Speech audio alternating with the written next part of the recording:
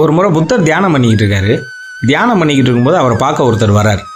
அவர் wait பண்ணி புத்தரை இன்னைக்கு எப்படியாச்சும் பார்த்துட்டு போயிடணும் அப்படின்னு உட்காந்துருக்காரு. புத்தர் தியானத்தெல்லாம் முடிச்சுட்டு வந்து, என்னை சந்திக்க வந்திருக்கீங்க, உங்களுக்கு என்ன வேணும்னு கேட்குறாரு. அதுக்கு எனக்கு ஞானம் வேணும் அப்படின்றார்.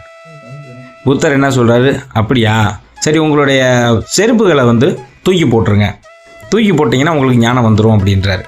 இந்த ஆளுக்கு பயங்கர சந்தோஷம். அப்படியே புத்தரை பார்த்துட்டு வணங்கிட்டு வெளியில் போய் 2 செருப்பு எடுத்து ரெண்டு பக்கம் தூக்கி எரிஞ்சு விட்டு அந்த ஆள் பாட்டில் போயிட்டான். போயிட்டு ஒரு வாரம் கழித்து திருப்பி வந்திருக்கான். வந்து புத்தரை பார்த்துட்டு, குருவே நீங்கள் சொன்ன மாதிரி நான் இந்த செருப்பெல்லாம் தூக்கி போட்டேன், ஆனால் எனக்கு இன்னும் ஞானம் வரலன்னு இருக்கான். புத்தர் சிரிச்சிருக்காரு. சிரிச்சிட்டு, நம்மளுக்கு ஞானம் கிடைக்கிறது இந்த செருப்பை தூக்கி போடுற மாதிரி சாதாரணமான விஷயம் நினச்சிங்களா? இந்த செருப்புன்னு சொன்னது இந்த செருப்பில் இருக்க அழுக்கு மாதிரி நம்ம மனசுக்குள்ளே நிறைய தேவையில்லாத விஷயங்கள் நம்ம சுமந்துக்கிட்டே திரிகிறோம்.